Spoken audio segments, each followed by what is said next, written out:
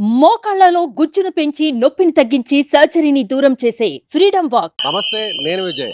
రేపు ముఖ్యమంత్రి అలాగే ఉప ముఖ్యమంత్రి మంత్రుల ప్రమాణ స్వీకారానికి సంబంధించినటువంటి అన్ని ఏర్పాట్లు పూర్తి చేశారు. అయితే చంద్రబాబు నాయుడు గారితో కాకుండా అలాగే పవన్ కళ్యాణ్ గారు ఉప ముఖ్యమంత్రిగా ప్రమాణ స్వీకారం ఈ వేదిక నుంచే చేయబోతున్నారు. ఇకపోతే మంత్రులుగా ఎవరు ఉండబోతున్నారు, మంత్రివర్గంలో ఎవరెవరికి అవకాశం కల్పించబోతున్నారు, ముఖ్యంగా జనసేన పార్టీకి 21 మంది ఎమ్మెల్యేలు ఉండడంతో పవన్ కళ్యాణ్ కాకుండా మరొక ముగ్గురిని మంత్రివర్గంలోకి తీసుకునేటువంటి అవకాశం కనిపిస్తుంది. అదేవిధంగా బీజేపీకి సంబంధించి కూడా ఇద్దరిని మంత్రివర్గంలోకి తీసుకునేటువంటి అవకాశం స్పష్టంగా కనిపిస్తుంది.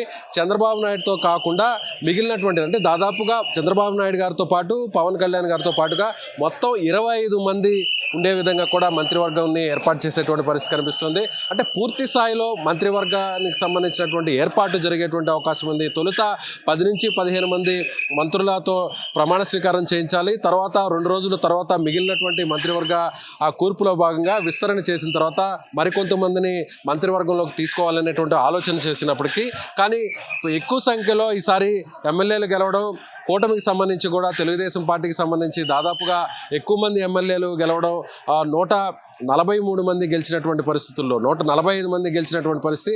అదేవిధంగా జనసేన పార్టీకి సంబంధించి కూడా 21 మంది ఎమ్మెల్యేలు, అలాగే బీజేపీకి సంబంధించి కూడా 8 మంది ఎమ్మెల్యేలు గెలిచినటువంటి నేపథ్యంలో ఒకేసారి 25 మందిని కూడా ఒకేసారి ఎంపిక చేసేటువంటి పరిస్థితి కనిపిస్తుంది. ఈసారి కొత్తగా ఏర్పడినటువంటి 25 జిల్లాలకు కాకుండా ఉమ్మడి జిల్లాల ప్రాతిపదికనే ఈసారి మంత్రివర్గ కూర్పు జరిగేటువంటి అవకాశం ఉంది. ఇప్పటికే చంద్రబాబు నివాసంలో దీనికి సంబంధించినటువంటి కసరత్తు కూడా ప్రారంభించారు. ఆయన ఇప్పటి వరకు కూడా ఎవరితో కూడా ఏ ఒక్క ఎమ్మెల్యేతో కూడా ఆయన 1-to-1 మాట్లాడినటువంటి సందర్భం లేదు. జనరల్గా మంత్రివర్గాన్ని ఏర్పాటు చేసే ముందు తెలుగుదేశం పార్టీకి సంబంధించినటువంటి సాంప్రదాయ ప్రకారం కొంతమంది సీనియర్ నాయకులతో 1-to-1 ఆయన మాట్లాడతారు.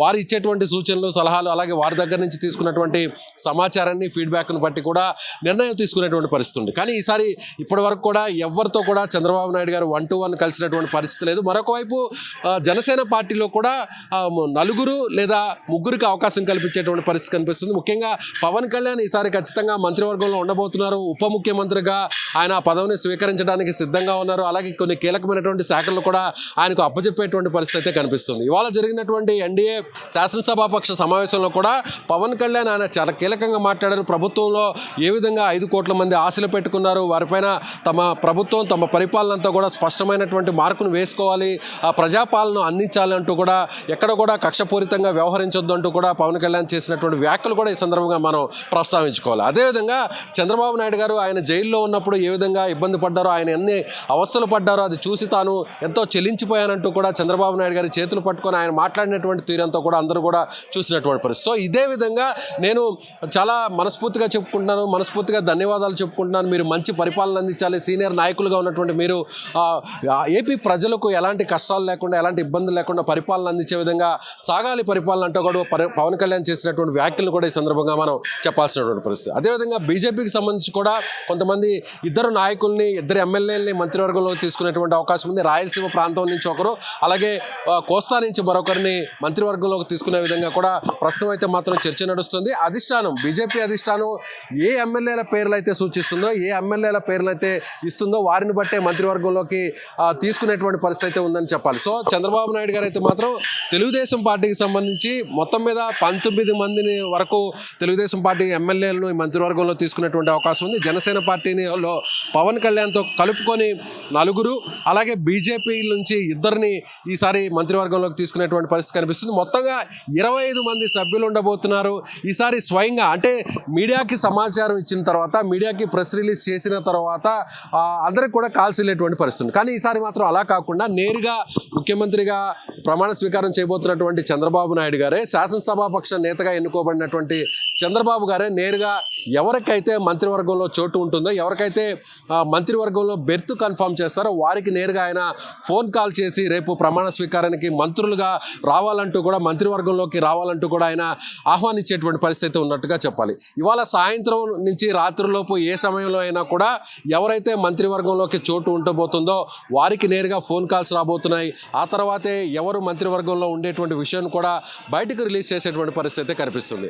అన్ని ప్రాంతాలు ఈసారి కొత్తగా ఏర్పడినటువంటి జిల్లాలు పార్లమెంటు నియోజకవర్గాల వారీగా కాకుండా ఉమ్మడి జిల్లాల ప్రాతిపదికన అలాగే సామాజిక వర్గాల ప్రాతిపదికన ఈ మంత్రివర్గం కూర్పు ఉండబోతుంది. ముఖ్యంగా బీసీలకు 8 మందికి అవకాశం కల్పించబోతున్నారు. అలాగే అగ్రవర్ణాలకు సంబంధించి ముఖ్యంగా కమ్మ సామాజిక వర్గం కావచ్చు, అలాగే కాపు సామాజిక వర్గం కావచ్చు, రెడ్డి సామాజిక వర్గం కావచ్చు, వీరికి కూడా దాదాపుగా 8 నుంచి 10 మందికి అవకాశాలు కనిపించేటువంటి పరిస్థితి కనిపిస్తుంది. అలాగే ఆర్యవైశ్యులు కూడా ఇందులో చోటు కల్పించబోతున్నారు. అదేవిధంగా మైనార్టీలో ఒకరికి అవకాశం కల్పించబోతున్నారు. అలాగే ఎస్సీ సామాజిక వర్గానికి సంబంధించి కూడా 5 మంది లేదా 4 దీంట్లో చోటు కనిపించేటువంటి పరిస్థితి కనిపిస్తుంది.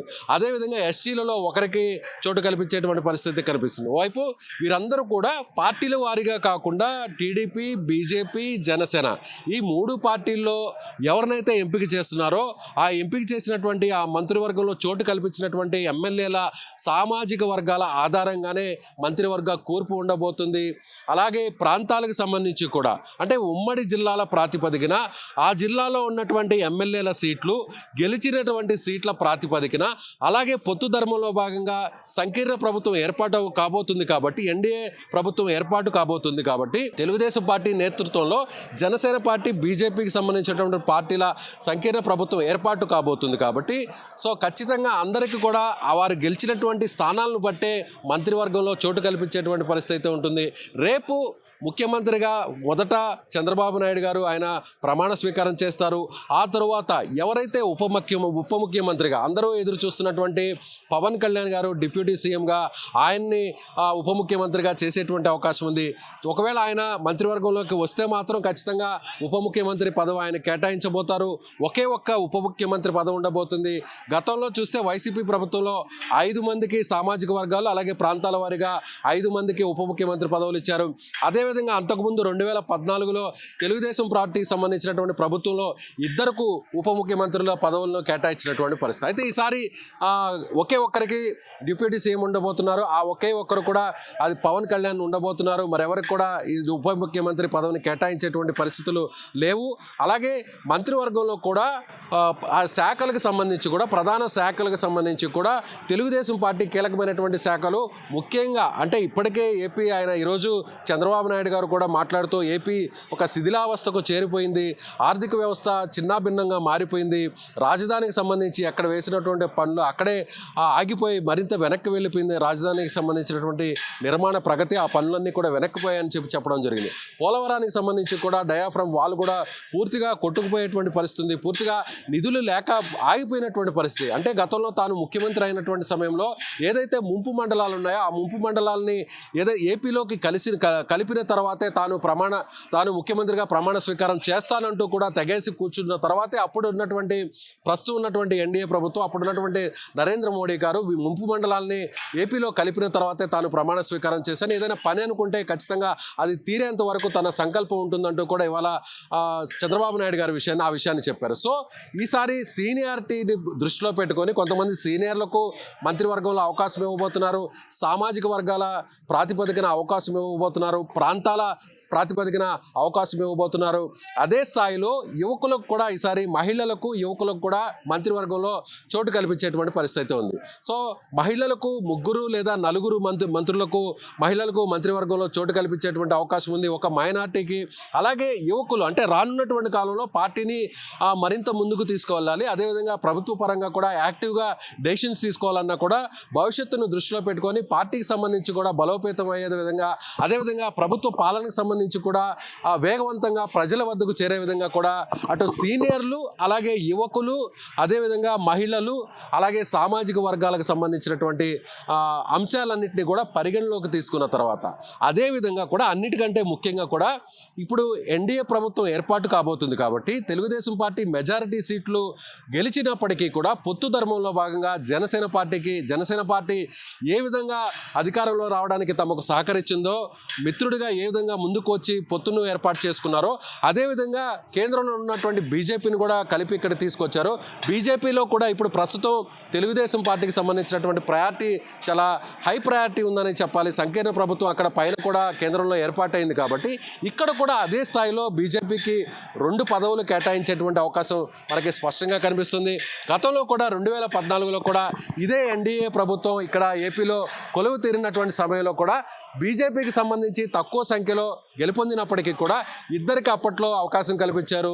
మాణిక్యాలరావుకు అలాగే కామినేని శ్రీనివాస్కు. ప్రస్తుతం ఆయన కూడా కామినేని శ్రీనివాస్ అదే అక్కడి నుంచి ఆయన కైకలూరు నుంచి ఎమ్మెల్యేగా గెలుపొందారు. తిరిగి ఆయనకు అవకాశం ఇస్తారా, లేదంటే బీజేపీ అధిష్టానానికి సంబంధించినటువంటి మద్దతు ఉన్నటువంటి మొదటి నుంచి కూడా పార్టీలో కేంద్ర స్థాయిలో క్రియాశీలకంగా వ్యవహరిస్తున్నటువంటి సత్యకుమార్కి తొలి ప్రాధాన్యత ఇస్తారా అనేది కూడా చూడాల్సినటువంటి పరిస్థితి. మరొకవైపు జనసేన పార్టీకి సంబంధించి చూస్తే కూడా పవన్ కళ్యాణ్తో పాటుగా సెకండ్ ప్రయారిటీ కింద ఖచ్చితంగా నాదెండ్ల మనోహర్ గారికి కీలకమైనటువంటి పదవిని కూడా ఇవ్వబోతున్నారు. ఆయన్ను కూడా మంత్రివర్గంలోకి తీసుకునేటువంటి పరిస్థితి ఉంటుంది.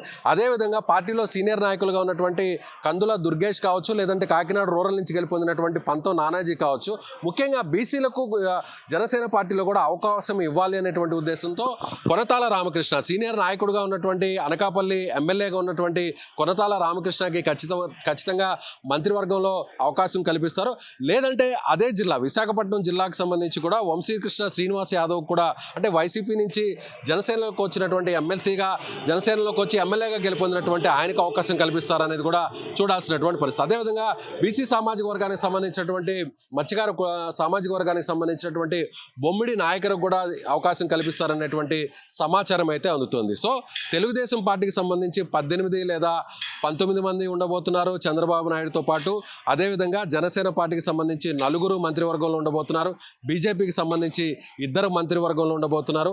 అదేవిధంగా తెలుగుదేశం పార్టీకి సంబంధించినటువంటి ఎమ్మెల్యేకే స్పీకర్ పదవిని ఇవ్వబోతున్నారు. సీనియర్ నాయకులు అంటే ఎక్కువ సార్లు ఎమ్మెల్యేగా గెలుపొందినటువంటి సీనియర్ నాయకులు ఎవరైతే ఉంటారో సభలో హుందాగా సభను నడిపించే విధంగా అంటే ఈసారి వన్ సైడ్ మెజారిటీ ఉన్నటువంటి పరిస్థితుల్లో కనీసం వైసీపీకి ప్రతిపక్ష హోదా కూడా దక్కనటువంటి పరిస్థితుల్లో సభను సజావుగా అంటే సామరస్యంగా ప్రభుత్వానికి సంబంధించినటువంటి పరిపాలనను ప్రజల్లోకి పూర్తి స్థాయిలో తీసుకెళ్లే విధంగా కూడా ఒక గౌరవప్రదంగా సభను ఎవరైతే సమర్థవంతంగా నిర్వహిస్తారో ఆ స్థాయిలో ఉన్నటువంటి ఎమ్మెల్యేకి సీనియర్ ఎమ్మెల్యేకి స్పీకర్గా అవకాశం కల్పించబోతున్నారు. డిప్యూటీ స్పీకర్గా జనసేన లేదంటే జనసేనకు డిప్యూటీ స్పీకర్ పదవిని కూడా కేటాయించేటువంటి పరిస్థితిని మనం ఖచ్చితంగా చెప్పాల్సినటువంటి పరిస్థితి. సో ఇవాళ సాయంత్రానికి ఎవరు మంత్రివర్గంలో ఉండబోతున్నారు అనేటువంటి సమాచారం ఖచ్చితంగా బయటకు రాబోతుంది. సీనియర్లకు అవకాశం కల్పించబోతున్నారు. గతంలో కీలక శాఖలు తెలుగుదేశం ప్రభుత్వంలో ఎవరైతే నిర్వహించారో వారికి అవకాశం ఉంటుంది. అన్నిటికంటే కూడా నారా లోకేష్ ఆయన కూడా మంత్రివర్గంలో ఉండబోతున్నారు. ఆయన కూడా కీలకమైనటువంటి శాఖను కూడా కేటాయించేటువంటి పరిస్థితి. సో రేపు జరగబోతున్నటువంటి ఈ ప్రమాణ స్వీకార కార్యక్రమానికి సంబంధించి ముఖ్యమంత్రి ఉప ముఖ్యమంత్రి మంత్రులకు సంబంధించినటువంటి సభ్యులు ఎవరు ఉండబోతున్నారు అనేది మరికొన్ని గంటల్లో స్పష్టమయ్యేటువంటి అవకాశం ఉంది. సుమన్ టీవీలో మీ పర్సనల్ అండ్ బిజినెస్ ప్రమోషన్స్ కోసం కింది నెంబర్కి కాంటాక్ట్ చేయండి.